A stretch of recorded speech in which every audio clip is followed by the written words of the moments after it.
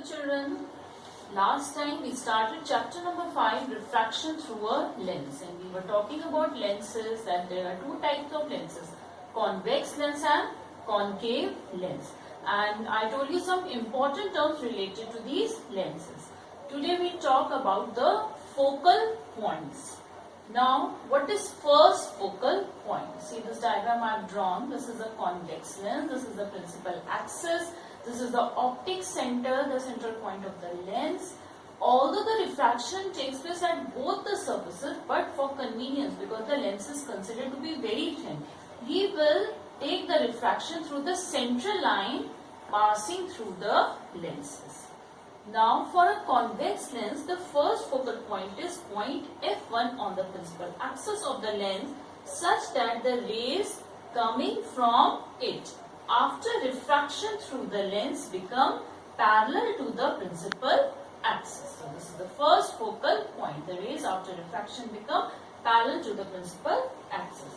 And for concave lens, the first focal point is a point F1 on the principal axis of the lens, such that the incident rays appearing to meet at it after refraction become parallel to the principal axis of the lens. These are the incident rays, and after refraction they become parallel to the principal axis, but they are appearing to meet at F1. Now second focal point. For a convex lens, the second focal point is a point F2 on the principal axis of the lens, such that the rays of light incident parallel to the principal axis after refraction from the lens pass through it. They meet at the second focal point after refraction through the lens, if they are parallel to the principal axis.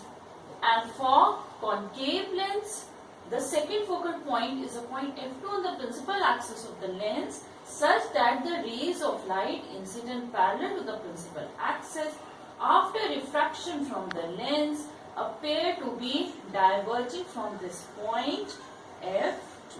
That is why I have made these lines as dotted, because they are not actually passing, they are appearing to coming from this point or meet at this point after refraction. Now focal plane is the plane normal to the principal axis and passing through the focal point. These are the focal planes. And focal length, it is denoted by the small letter F1. Focal points are denoted by the capital letter F, and focal lengths are denoted by small f.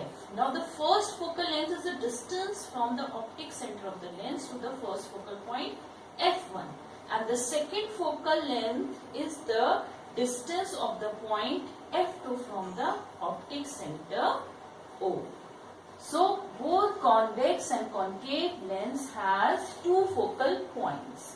Convex lens also F1 and F2, and concave lens also F1 and F2. In a convex lens, F1 is on the left hand side and F2 on the right hand side, but in concave lens, F1 is on the right hand side and F2 on the left hand side.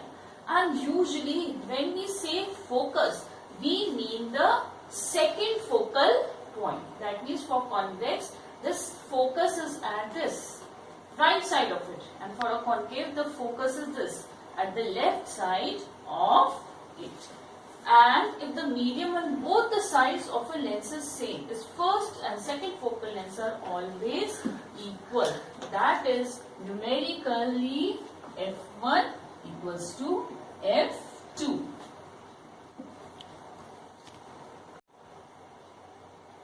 Now children, when we are talking about lenses, then we have to study the formation of image by a lens also. And the position, size and nature of the image of an object formed by a lens can be determined by drawing a ray diagram.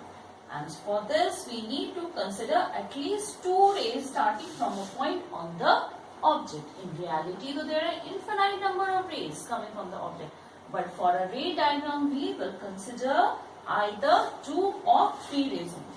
And the rays chosen are those for which the path after refraction from the lens is known to us. So thus generally we use three principal rays for the construction of the ray diagrams.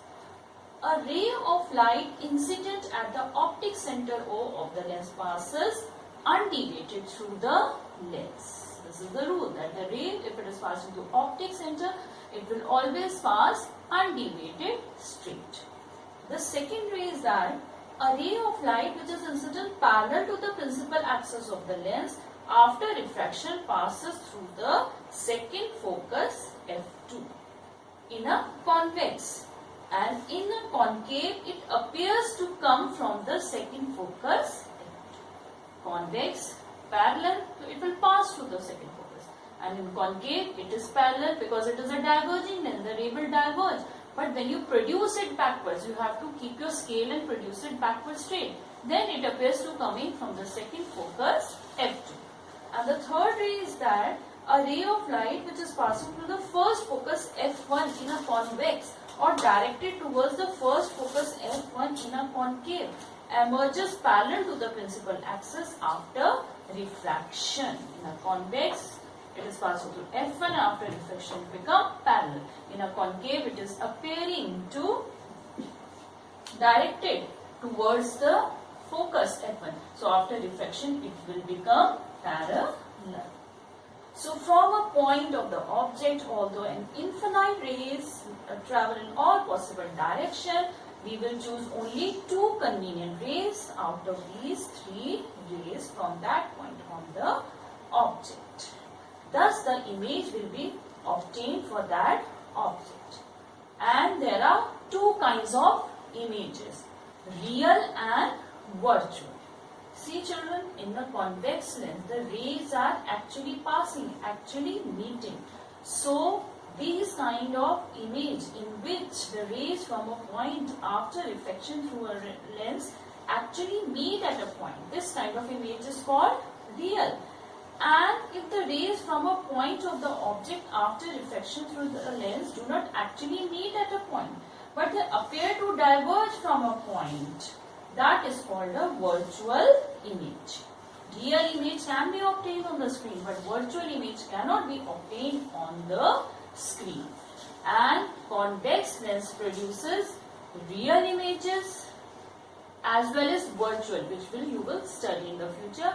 But a concave lens always produces a virtual image, and a real image is always inverted with respect to the object, and a virtual image is always erect with respect to the object.